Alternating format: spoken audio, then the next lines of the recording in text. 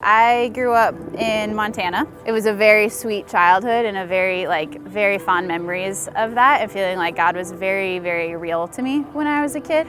Kind of around that same time, I experienced a pretty severe rejection from this group of friends that I considered to be really close to me. I had walked in on them talking about me behind my back, and I had no idea that these people thought about me like this. And it had to do with my body, what I looked like, and they didn't want to be around me because of that was the impetus of it. And that started a very fast downward spiral of a really bad eating disorder. I started dieting when I was 11, and in that time I learned not only how to control my body, but also the positive affirmation that came with that experience. I remember the first time I had lost a bunch of weight, and the reaction that I got from not only my friends but also my family and pretty much everybody that I knew. They were like, oh my gosh, just this positive outflow that I felt like I hadn't had up to that point. And so I just ran after it, and I remember just fully substituting that love that I had had for God for this love that I had had for control of myself and control of people's perceptions of me, and control of oh, I know how I can get this person to like me, as if I look a certain way. The longer that I was in that space, the more and more I disconnected from myself, I think, and in the process also disconnected from God.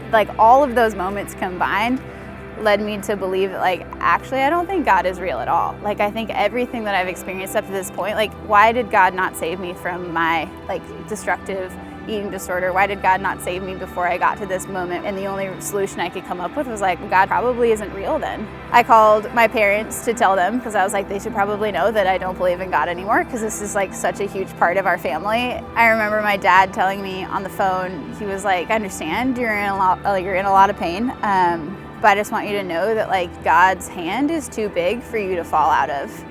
And I didn't really know what to do with that information at that time. I was okay, Dad, thanks. That's great, but I don't believe this. So I don't even know if that God that you're talking about exists. There was this thing in the back of my mind that was I hope that he's true, because I'm about to walk down this very dark tunnel, and I need to know that there's at least maybe something on the other side of it.